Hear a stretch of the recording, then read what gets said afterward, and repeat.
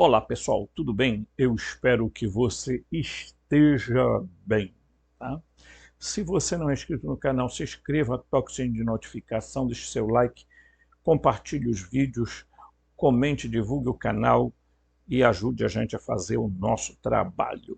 E se você quiser ser um parceiro financiador deste canal, você pode fazê-lo através do pixrobson.rmt@gmail.com, robson.rmt@gmail.com. Ok?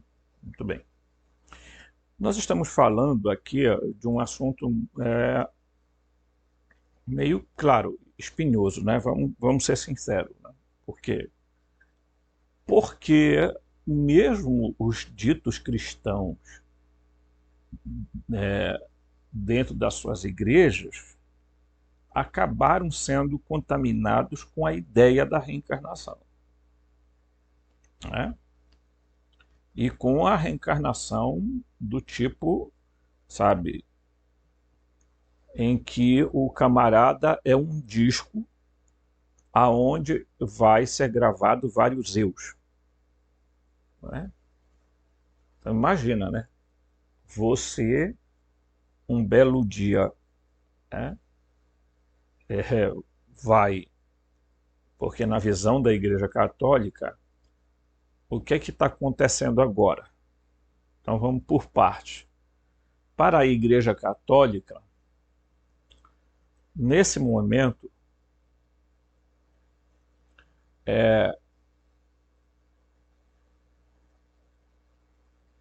os seres humanos que morreram, as almas dos que morreram, vamos colocar assim, né? As almas, aqui tá, dá para ver aqui, dá. Então as almas, ok? Dos que morreram, passaram pelo juízo particular, ok? E aí ou estão no céu, ou estão no purgatório,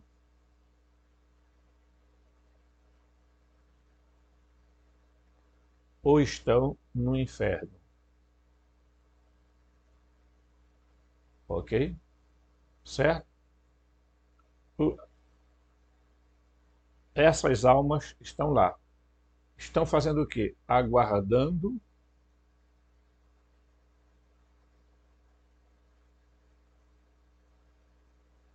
a ressurreição.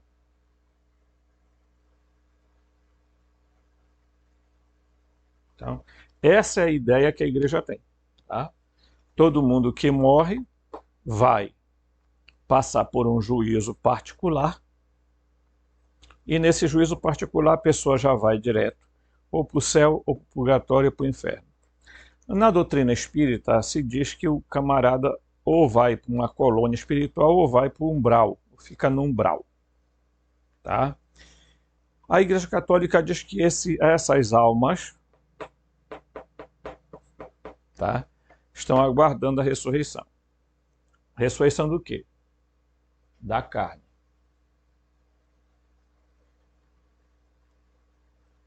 Ou do corpo. Então, enquanto seus corpos estão na sepultura, eles estão esperando, essas almas já estão lá esperando. Aí, um belo dia, acontece o juízo final. Ok? Acontece o juízo final. Aí, o que é que acontece? As almas, acontece a ressurreição dos corpos. Cada alma vai procurar seu corpo e vão ressurgir. Estou simplificando. Vão ressurgir para o julgamento, chamado julgamento final, onde todos serão reunidos, baseado na expressão que Jesus usou, né? Uns serão colocados à esquerda, outros à direita, né? Aos da direita ele dirá: vinde benditos do meu Pai para o reino do qual fui preparado antes da fundação do mundo. Mas observe que Jesus vai dizer o motivo de por que essas pessoas estão do lado direito. Ele vai dizer, porque tive fome e me deste de comer, tive sede e me deste de beber, estive nu e me vestiste, estive preso e me visitaste. Tá? Aí perguntarão, Senhor, quando foi que a gente fez isso? Aí ele responderá, toda vez que vocês fizeram ao menor dos meus irmãos, é a mim que o fizestes. Existe uma razão para as pessoas estarem para o lado direito e a outros para o lado esquerdo. E de malditos para o fogo eterno. Tá? Então, esse juízo universal, aonde o cara volta para ser punido novamente. Porque se ele já está no céu, outros estão no purgatório, outros estão no inferno, para que um juízo de novo para confirmar um juízo que já houve? Está entendendo? Então, essa ideia ela está embasada exatamente porque eles estão aguardando a ressurreição da carne e do corpo, para que a alma se junte ao corpo. Por quê? Porque na cabeça da igreja institucional existe somente alma e corpo. Essa é a compreensão. Esse é o grande equívoco. Tá? Esse é o grande equívoco. Porque, veja, não existe. Aí, preste bem atenção. Imagine você, tá?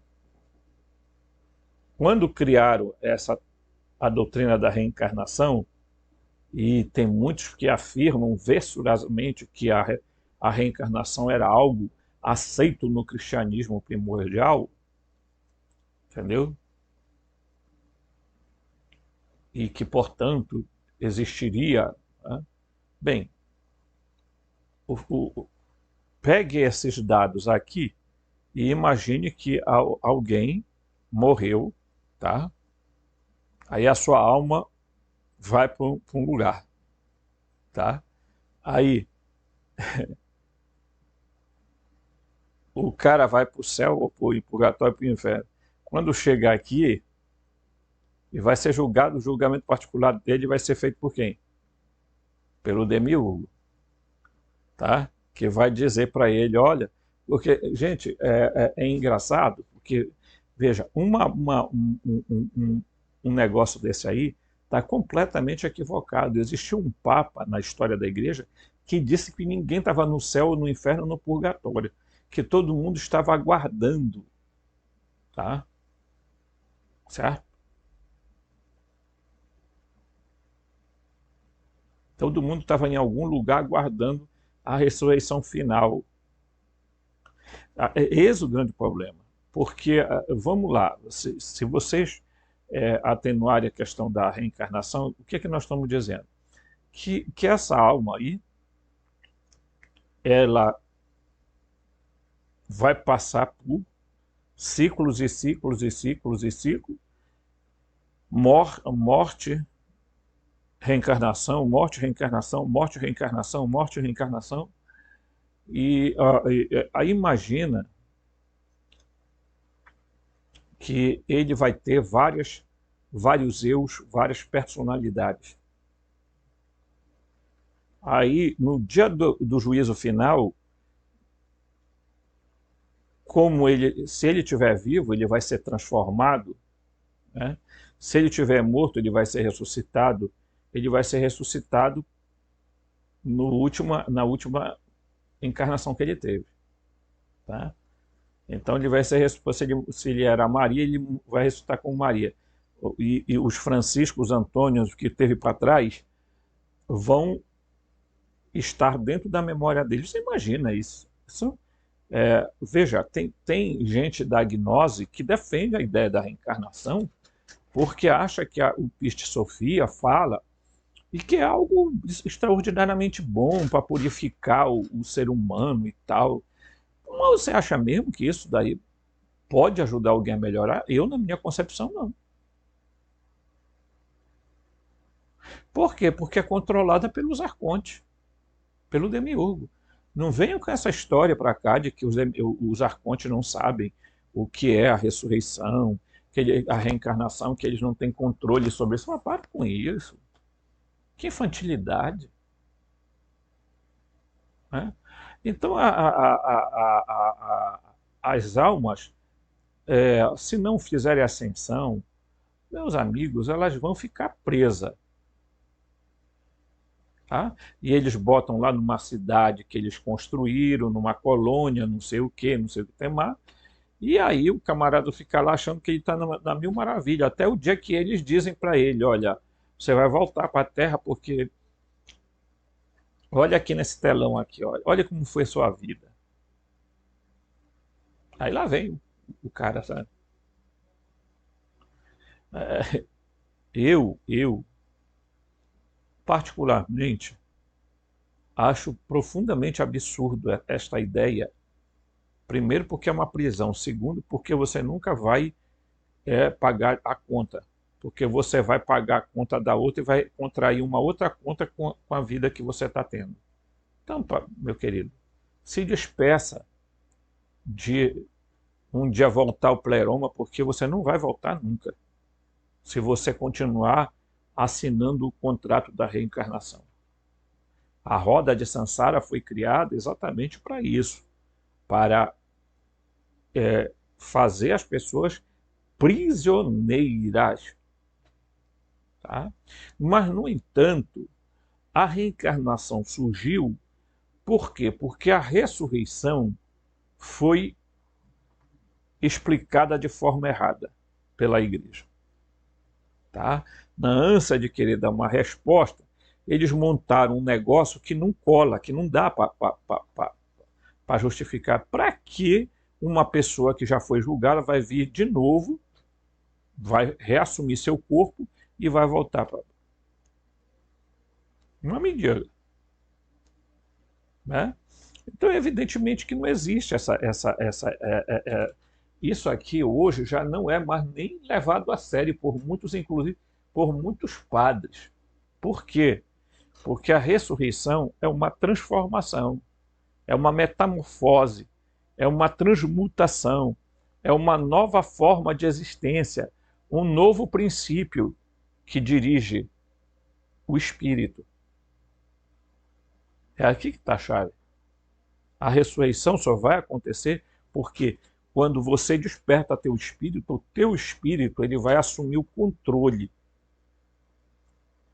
É algo, é como se ele pegasse os dados todos que você, né, os dados de informação da tua alma, da tua personalidade, tá? Então, o teu caráter, a tua personalidade, e elas vão, junto com a tua memória, com a tua imaginação, com a tua racionalidade, vão vir, né, estarão, né, sendo fusionado pelo Espírito. A ressurreição é um estágio de fusionamento. Tá? Preste atenção aqui, que olha como eles falam aqui. A igreja agnóstica, enigmaticamente, que seria melhor para uma... insistia enigmaticamente que seria melhor para uma pessoa buscar sua ressurreição antes da morte. Aqueles que dizem que morrerão primeiro e depois ressuscitarão estão errados. Se eles não receberem primeiro a ressurreição enquanto vivem, quando morrerem, não receberão nada. Tá? Então, a ressurreição é um processo de agora, já começa agora. Então, a ressurreição já começa agora na tua vida, na tua existência. Tá? A tua ressurreição começa agora. E ela vai ter o seu auge, tá? No morrer. Ok? Então, você tem que fazer esse processo agora. Por quê? Porque há ressurreição na vida.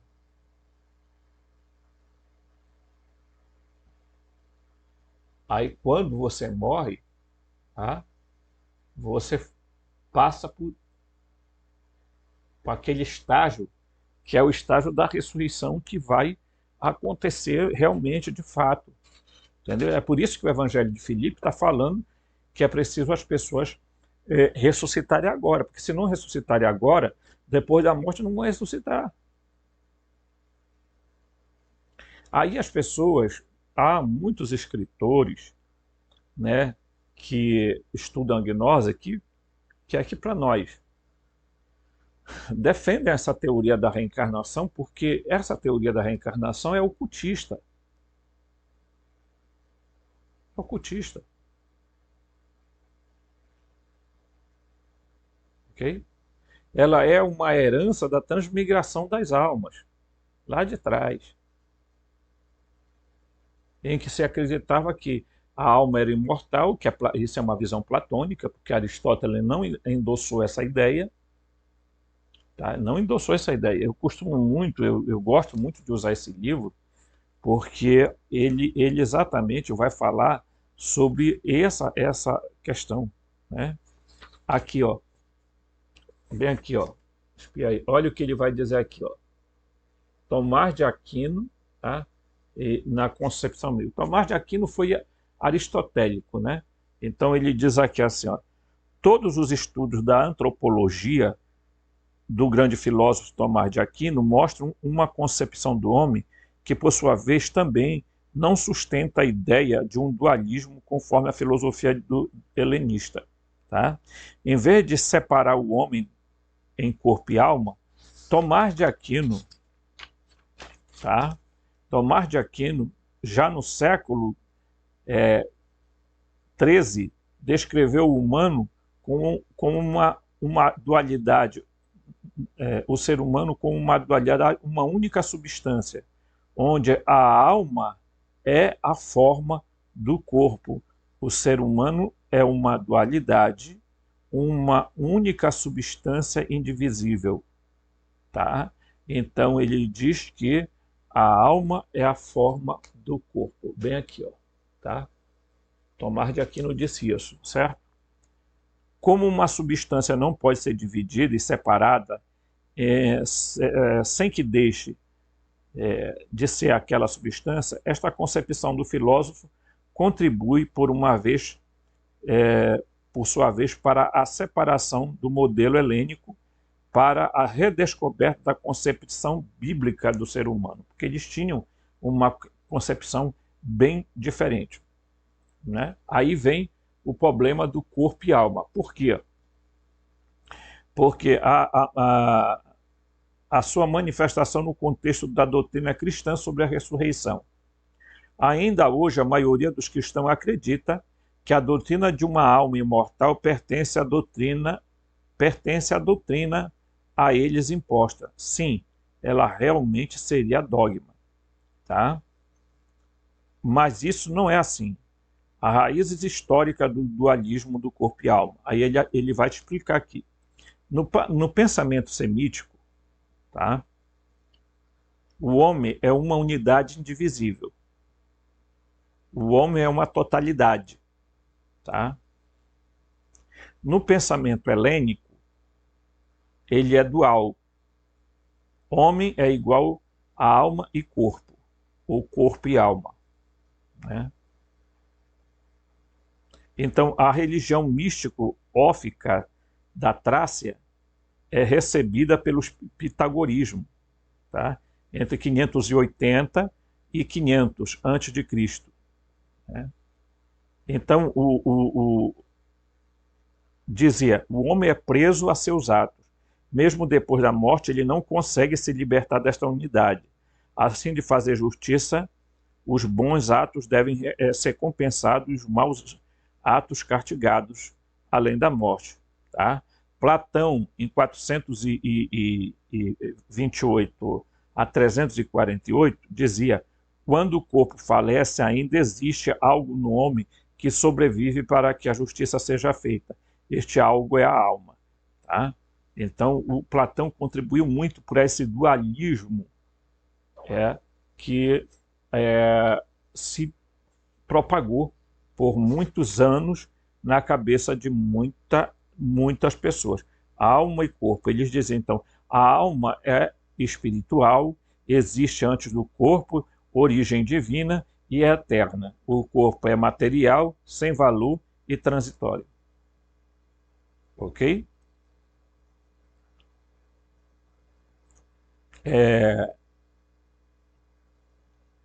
Então, eu estou procurando aqui é exatamente a parte em que ele vai dizer, né, que hoje nem sequer essa visão mais ela subsiste, né, porque o homem é uma totalidade, o homem é um ser completo. Então, as pessoas acham assim, não, fulano de tal, essa ideia do corpo e alma foi que acabou criando, né, determinadas concepções, tá?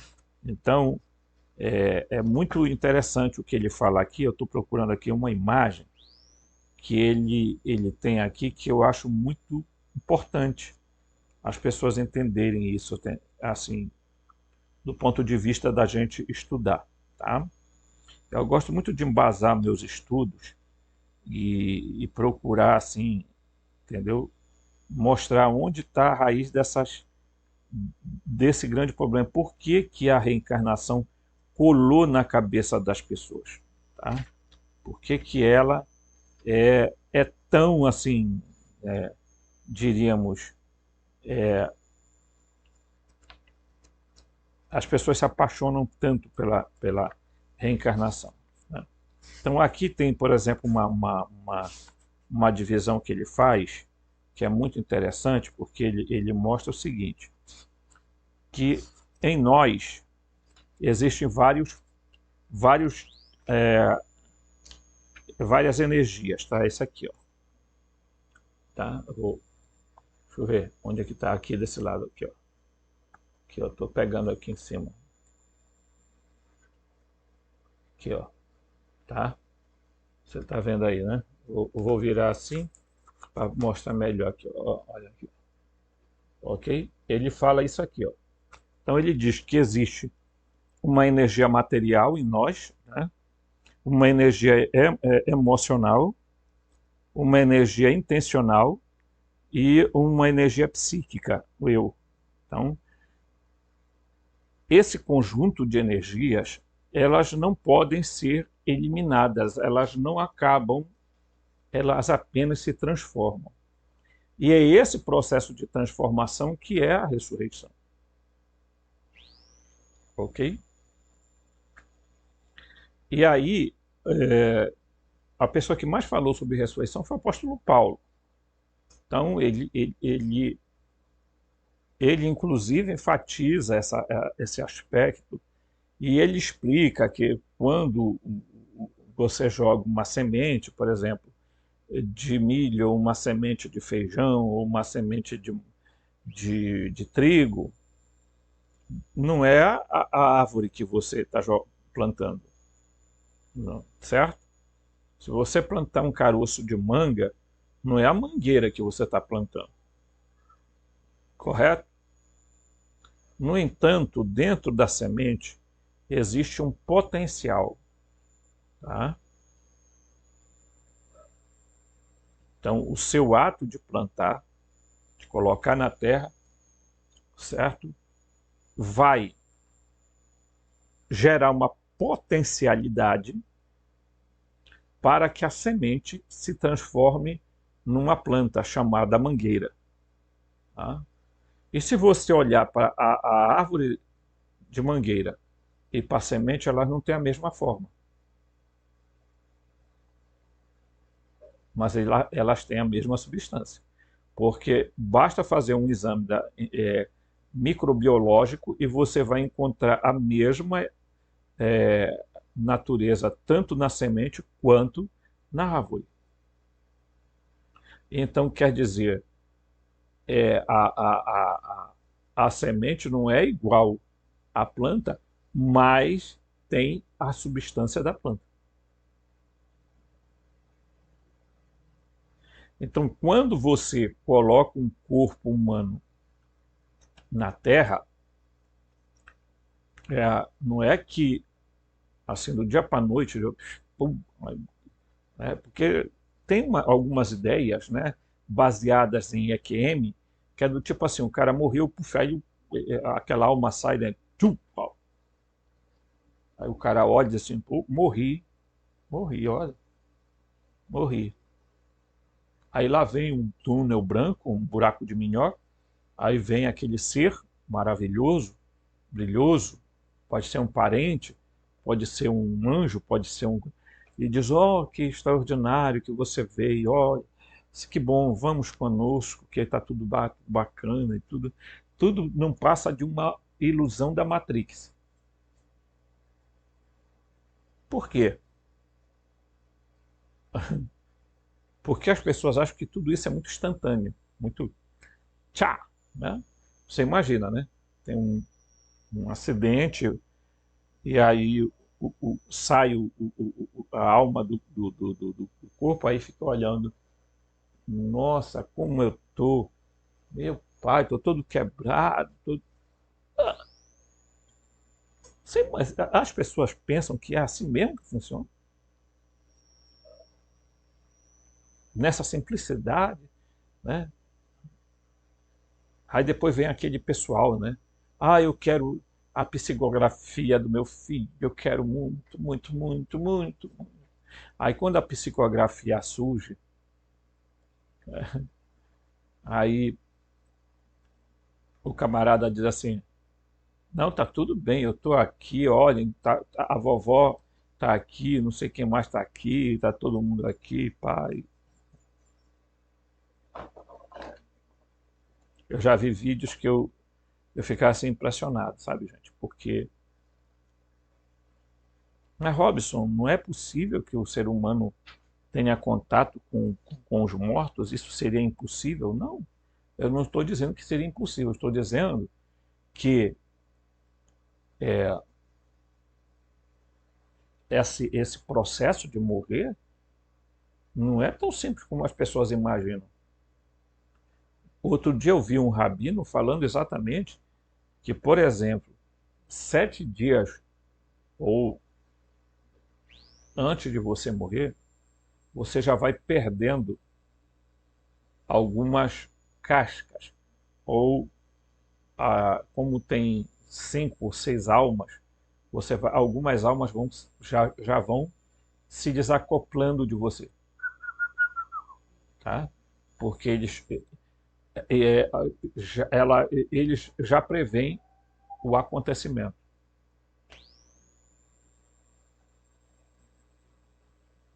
Ok? Então, assim, tudo tem muito, muito simbolismo. Por que que leva, se devia deixar 24 horas para depois fazer o processo de enterro?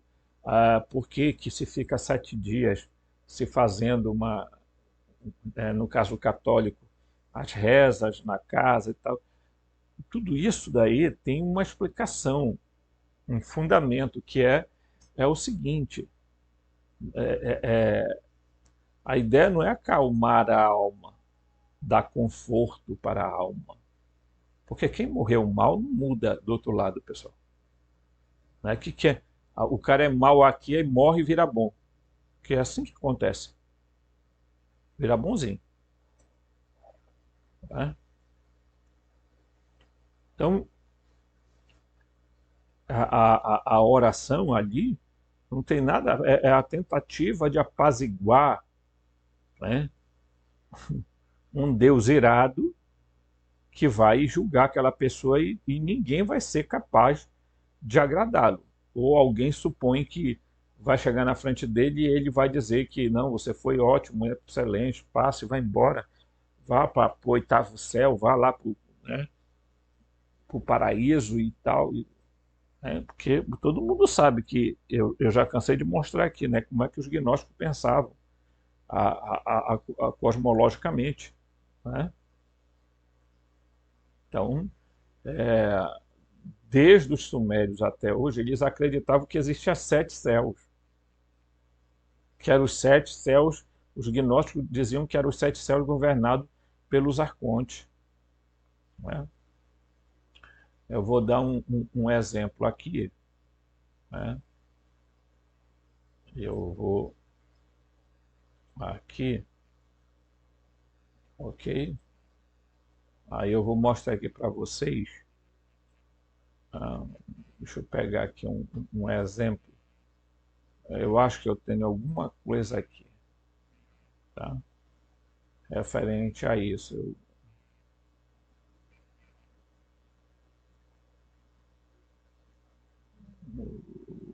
Aqui, aqui. Engraçado. Eu salvei as imagens, está aqui. Aí você olha aqui, por exemplo, você vai ver que está aqui, ó. Os próprios sumérios tinham a imagem exatamente dos 7 céus, tá? Ok? Aqui, e aqui, ó, você vai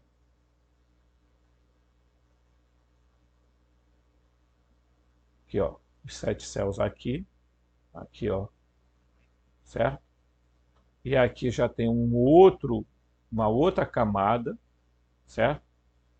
Então, as visões a respeito da cosmologia, né, a cosmovisão, tem muito a ver com aquilo que a gente vai experimentar, né, na nossa vida.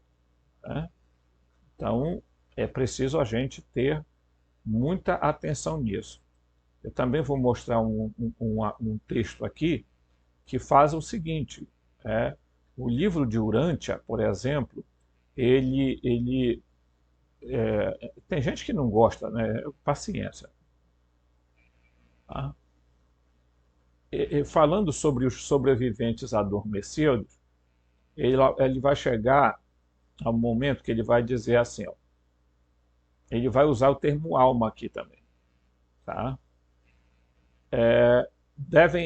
Essas almas sobreviventes devem descansar em sono inconsciente até o dia do julgamento de uma nova época, de uma nova dispensação, esperando pela vinda do Filho de Deus, que chame as listas da idade e que julgue o reino, e essa é a prática geral em todo Nébadon, a região onde a terra está. Foi dito de Cristo Micael que, quando desceu das alturas, depois da conclusão do seu trabalho na terra, ascendeu às alturas, né? Depois da conclusão do seu trabalho na terra, ele retirou uma grande multidão do cativeiro. E esses cativos eram os sobreviventes adormecidos desde os dias de Adão até os dias da ressurreição do Mestre, em Urântia. Então, o que ele está falando? Que quando Jesus foi pregar aos espíritos em prisão, que espírito? Aqueles que viveram desde Adão até Noé. E ele levou cativo o cativeiro. Se diz que Cristo, né, foi às regiões inferiores pregar aos espíritos em prisão, aqueles que existiram antes do dilúvio. E que os teria levado consigo. Quando o evangelista fala sobre a morte de Jesus, diz que Jesus, logo depois que morreu, lá no Gólgota, né, no Monte Calvário, o que é que acontece? Houve um tremor de terra e tal, e aí os sepulcros se abriram e muitos mortos foram vistos andando por Jerusalém. Mas isso não é uma leitura literal. Bem, a primeira leitura que a gente tem que fazer é literal. Qual é a impossibilidade disso ter acontecido? Me fala aí. Por que não teria acontecido a ressurreição?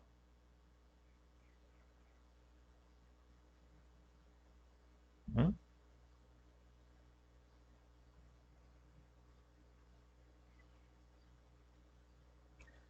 Por que esse fenômeno seria, né, seria impossível? Vamos lembrar um outro dado, né? Que Jesus sempre falava, muitas e muitas vezes, ele dizia, usava uma frase muito, muito profunda, que ele dizia, eu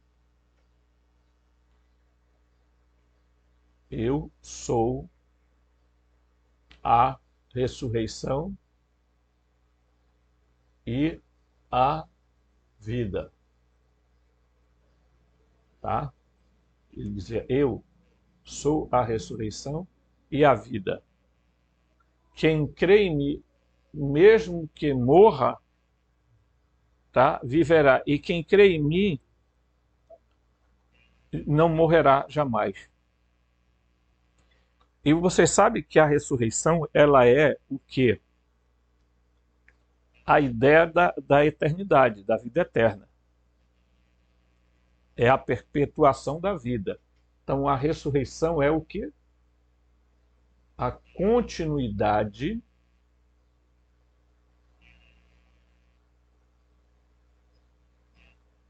da vida.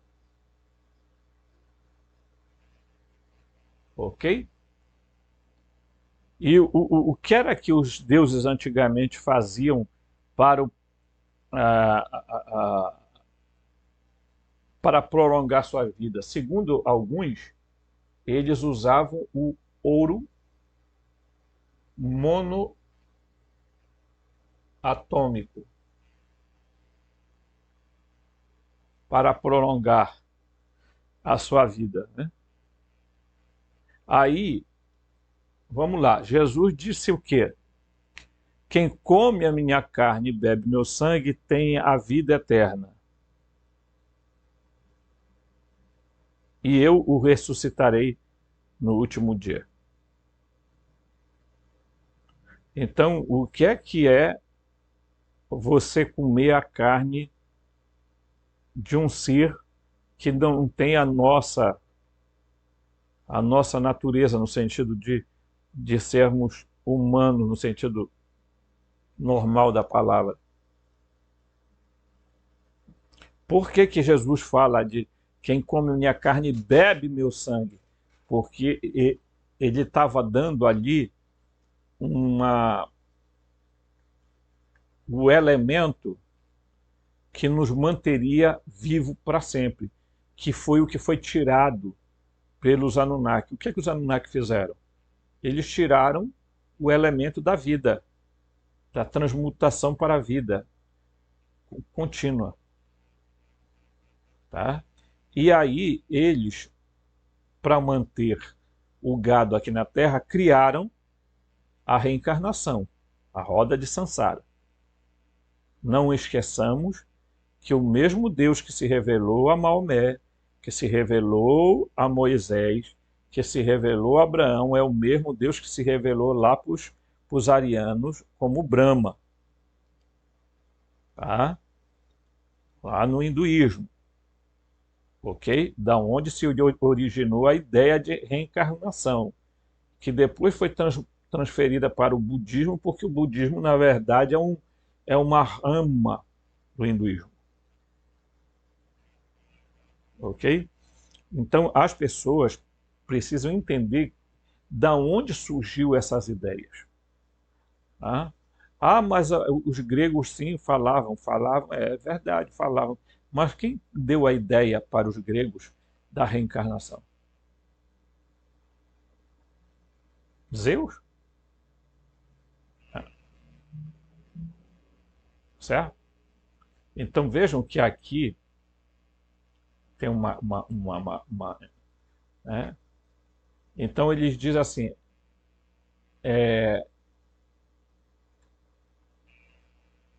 o passar do tempo não tem a menor importância para os mortais adormecidos. Por quê? Porque eles estão comparando a morte a um sono. Eles são totalmente inconscientes e estão esquecidos na duração do seu repouso. E eles estão. O livro de Urântia está repetindo uma crença que é defendida pelos testemunhos de Jeová. Por quê? Porque eles dizem os mortos não estão cônscios de nada. Quer dizer, não tem consciência de nada. Você está na inconsciência. Você está dormindo. O estágio de dormir não é, nem se comparar com a morte, porque no estágio de dormir, o teu consciente adormece, mas o teu inconsciente fica ali fazendo o trabalho de funcionamento do teu corpo todinho, tua máquina, tá? Mantendo o teu coração e tal e tudo. Então eles estão falando que ali na morte, quando o cara morre, ele vai para um estágio de adormecimento e que ele fica inconsciente. Então, portanto, ele não o tempo não é importante. Essa é uma crença também que existiu, em que inclusive os judeus acreditavam nisso, porque há vários textos na Bíblia exatamente dizendo que os mortos, depois que morriam, não tinha nada, não acontecia absolutamente nada, o cara ficava lá. Era um sono, tanto é que eles chamam né, às vezes comparam a morte com o sono, inclusive Jesus falando com Lázaro, ele diz isso, né? Lázaro dorme e eu vou acordá-lo. Mas Lázaro estava sepultado, ele não estava dormindo. Mas ele fez uma comparação entre a morte e o sono. Tá? Então ele diz assim, e eu vou acordá-lo. E é aí que quando Jesus chega na casa da família, toda desesperada, lá estava a Maria, a de Magdala, e estava a sua irmã Marta. E aí elas reclamam com ele, se você estivesse aqui, o meu irmão não teria morrido. E aí é que ele vai dar a resposta. Ele disse, Marta, eu sou a ressurreição e a vida. Aquele que crê em mim tem a vida eterna. E quem morre e crê em mim jamais morrerá. Eu sou a ressurreição e a vida. Então, quer dizer, ele vai dar essa resposta para ela, e aí ele vai e diz, bem, o que é que eu tenho que fazer? Qual é a ideia? Ele manda tirar a pedra e grita, Lázaro, sai para fora. E Lázaro sai andando. E eles disseram para ele, olha, já cheira mal, porque já faz mais de 24 horas. Né? Você entende? Aí, alguém... o que estava... Por que Jesus disse que Lázaro estava dormindo? Porque essa era a ideia judaica mesmo, de que os mortos não estavam em lugar nenhum, não estavam no céu, não estavam no inferno, não estavam no purgatório, não estavam em umbral, não estavam em lugar nenhum.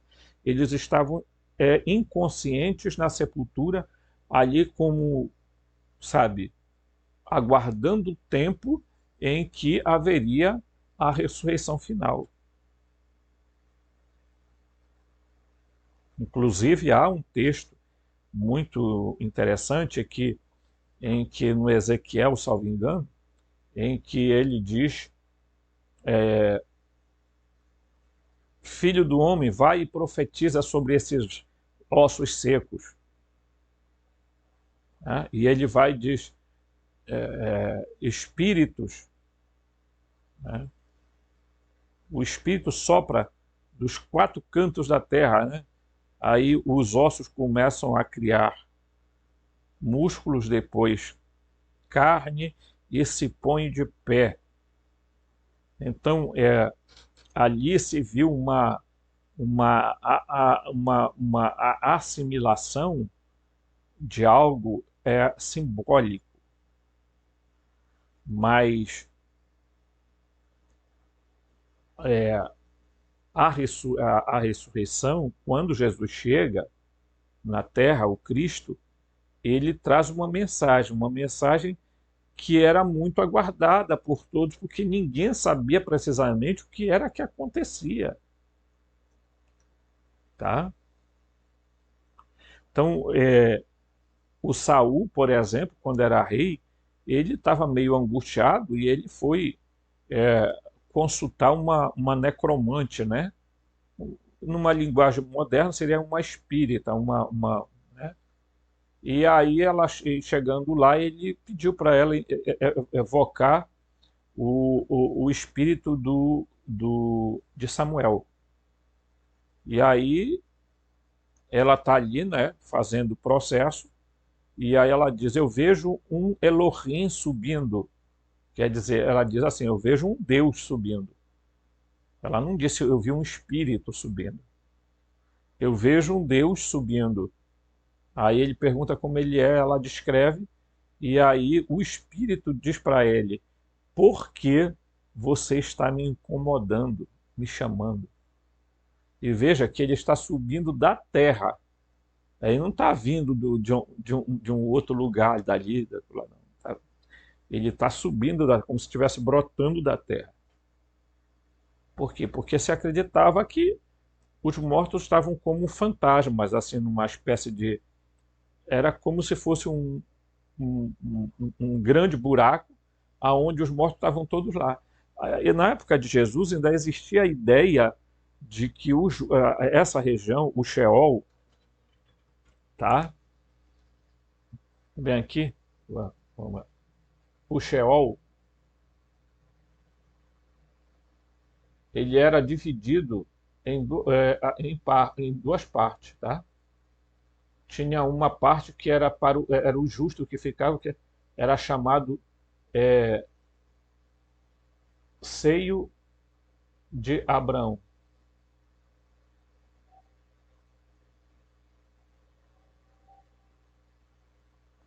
Tá?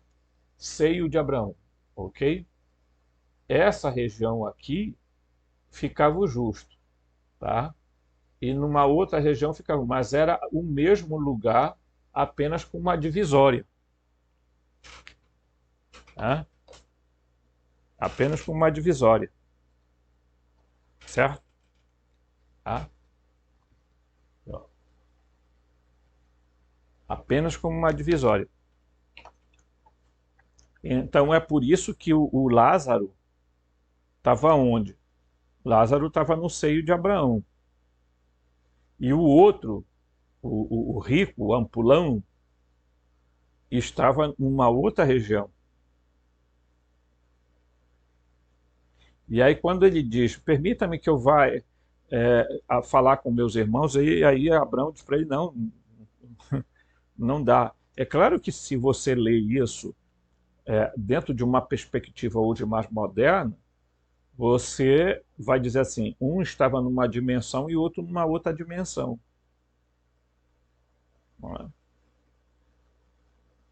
Mas o que se tinha era essa ideia, né, de que os mortos estavam ali, não existia nada de alma imortal, não existia nada de... Essa ideia de alma imortal só vai entrar no judaísmo quando os helenistas começam a entrar em Jerusalém. Tá? Com o domínio grego, né, grego-romano. E aí que... Mas eles acreditavam no quê? Na ressurreição. Mas a ressurreição, para eles, só ia acontecer um dia quando o Messias voltasse, chegasse. Então os mortos ressuscitariam no último dia. Enquanto isso, eles estavam dormindo. Ok? Aí, meu amigo, veio depois a ideia de que a alma era imortal. Aí, quando entrou com a ideia da alma imortal, aí casou a fome com a vontade de comer, que foi... Pegaram essa ideia para dizer que o ser humano reencarna, né? Certo? Então, é isso que a gente tem que ter muito cuidado, né? Ah, quando tem a personalidade reconstituída no fim de uma idade, aqueles que houverem dormido 5.000 anos não reagem de um modo diferente daqueles que descansaram 5 dias. A parte do atraso do tempo, esses sobreviventes passam ao regime da ascensão, de um modo idêntico ao daqueles que evitam o sono, mais longo ou menos longos da morte. Tá? E essas classes dispensacionais de peregrinos do mundo são utilizadas para as atividades moronciais grupais no trabalho do universos locais. Há uma grande vantagem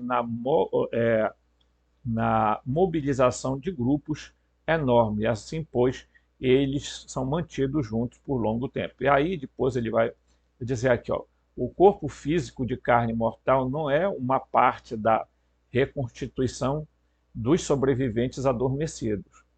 O corpo físico voltou ao pó. Tá? Aí ele vai dizer assim, o ajustador, que é para nós a centelha divina, é o custódio da transição espiritual da mente do sobrevivente adormecido.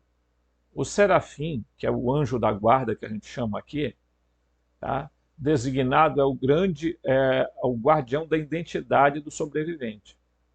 A alma, tá? Que é a imortal, a personalidade, até o ponto em que ela evolui. E quando estes dois, o ajustador e o serafim, se reúnem, as partes da personalidade confiada a eles, tá? O novo indivíduo é a ressurreição da antiga personalidade, a sobrevivência da identidade moroncial em evolução da alma. Essa associação da alma e do ajustador, muito apropriadamente, é chamada de ressurreição. O que é que ele está falando aqui? Estão falando aqui, eu vou resumir. Tá? É que quando o ser humano morre, o anjo guardião, ou o serafim, que ele fala aqui, eu não estou pedindo para você acreditar nisso, isso aqui não é crença. Tá? Ninguém está discutindo aqui crença, religião, essas coisas todas. Né? O serafim pega a personalidade da pessoa que está impressa na alma e leva. E o ajustador, que é para nós a centelha divina, ele vai pegar a mente, a supramente do indivíduo e vai levar com ele. Esse indivíduo vai ficar adormecido em um lugar como se fosse, não sei se vocês já viram filmes de viagem interestelar, que eles dormem dentro de uma câmara né, de compressão, né, ali ficam lá, entram em estágio de completa letargia, e aí é isso que acontece, é levado e fica até se reunir, tá? A personalidade e o ajustador. Aí na hora que isso acontece a ressurreição. Tá? Então o livro de Urântia fala exatamente isso. Ok? Agora, o que os gnósticos falam da ressurreição é que a ressurreição é para eles o despertar agora. Os gnósticos dizem, ressuscitar é despertar, é acender, é fazer com que a centelha divina se fusione com o nosso espírito e, portanto, se fusione com os elementos da nossa alma, que é a nossa personalidade, a fim de que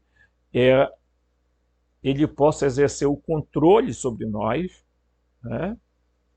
E aí a gente pode, num certo sentido, entender que nós já começamos o processo de ressurreição. e que esse processo de ressurreição vai continuar no estágio na morte, ok? Então é importante fazer essas diferenças e mostrar claramente, pessoal, é preciso que a gente não se permita acreditar em determinadas ideias, porque isto, eu não estou aqui discutindo se você acredita ou não em reencarnação, se acredita no que quiser, tá? Agora preste bem atenção se a reencarnação é um bem ou é um mal. Pergunte a quem serve a reencarnação, tá? Serve ao Deus bíblico, aos arcontes, e não a você. Porque a reencarnação é apenas uma prisão. Tá? Enquanto que a ressurreição, ela é um processo que vai te levar a um segundo estágio, que é a ascensão, que é você ascender e não fazer... A ascensão é você ir além do ciclo da reencarnação. Tá certo? Mas a gente vai ainda falar muito sobre isso num próximo vídeo. Forte abraço.